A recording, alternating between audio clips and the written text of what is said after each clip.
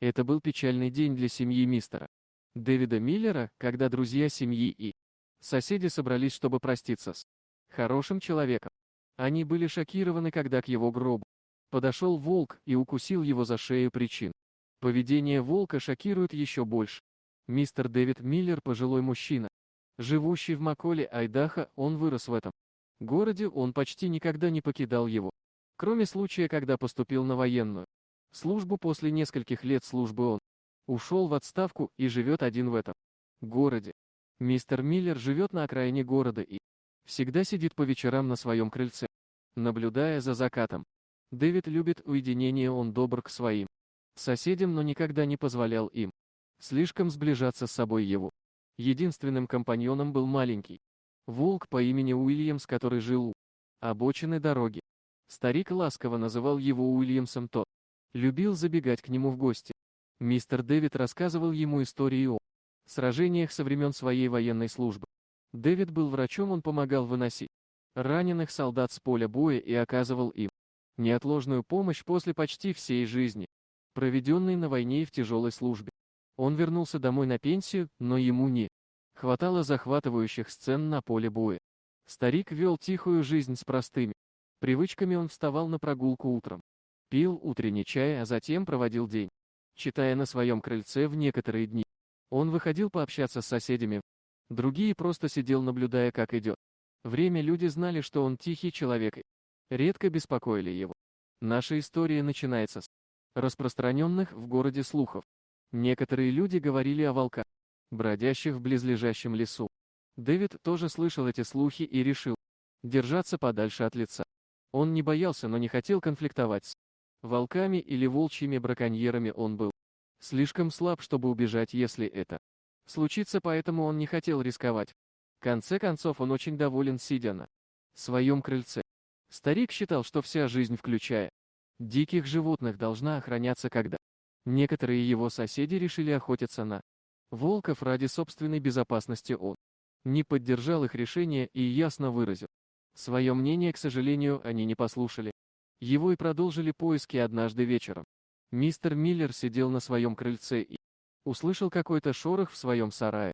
Сначала он не был уверен, действительно ли он что-то слышал или ему показалось, но в конце концов взял фонарик и посмотрел в сарай. То, что он увидел, было совершенно неожиданным. Большой волк сидел спокойно между какими-то коробками. Сначала он немного испугался, но вскоре понял, что волк вряд ли агрессивен. Затем он понял, почему. У него было огнестрельное ранение на ноге, из которого сочилась кровь. Дэвид взглянул на волка и подумал, что у животного мало сил, чтобы двигаться, не говоря уже о том, чтобы прыгнуть и напасть на него. Он не мог позволить ему умереть вот так. Как раз когда он собрался подойти к зверю, мужчина услышал шум. Кто-то стучал в дверь. Волк зарычал, а Дэвид сказал ему быть тихим. Конечно, зверь не мог его понять, но он верил, что тот останется тихим. Старик вышел из сарая, закрыв за собой дверь. На его крыльце стояли трое молодых людей. Они спросили его, видел ли он волка, пробегавшего мимо, потому что он обычно сидит снаружи, читая.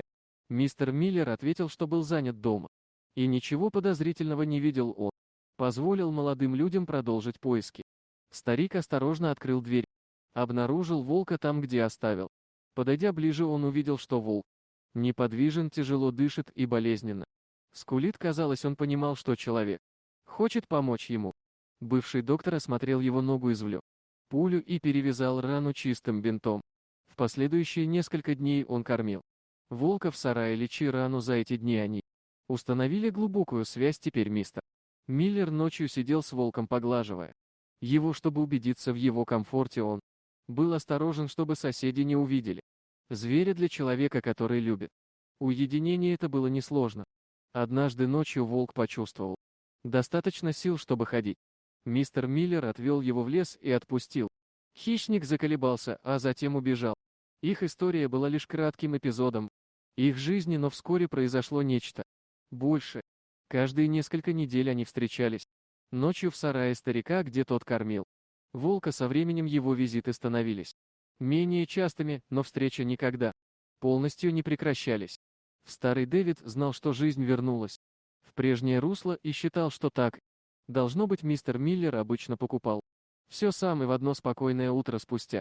Несколько месяцев после первой встречи с волком он почувствовал сильную усталость и попросил своего молодого друга Уилла помочь с покупками. Он написал список и отдал мальчику, который пошел в магазин за продуктами, в которых он нуждался. Тот был рад помочь другу и пообещал скоро вернуться, когда прибыли спасатели. Они опоздали, чтобы спасти Дэвида.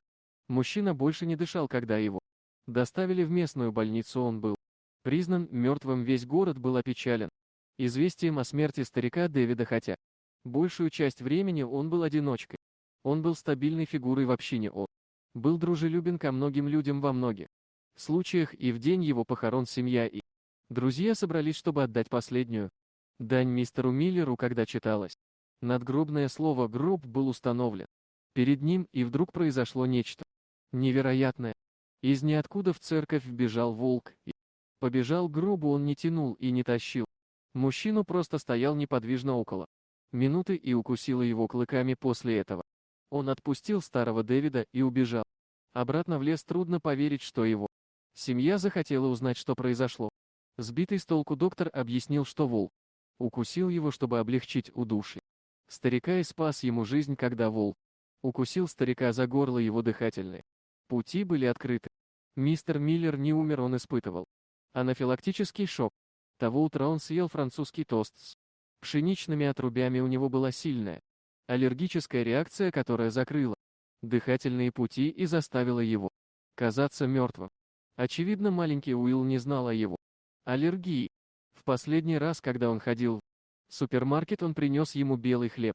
Когда старый Дэвид очнулся, его семья рассказала ему, что произошло. Он постоянно спрашивал о волке. Спустя несколько недель мистер Миллер вернулся домой из больницы, надеясь снова увидеть своего друга, и его молитвы были услышаны.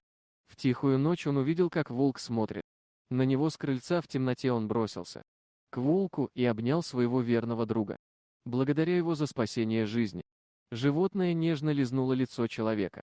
Прежде чем убежать в лес, мистер Миллер больше не вздыхал, но никогда его не забывал. В этой удивительной истории, как вы думаете, что происходит, когда волк кусает Дэйва за горло? Вы догадались, что у него была аллергическая реакция.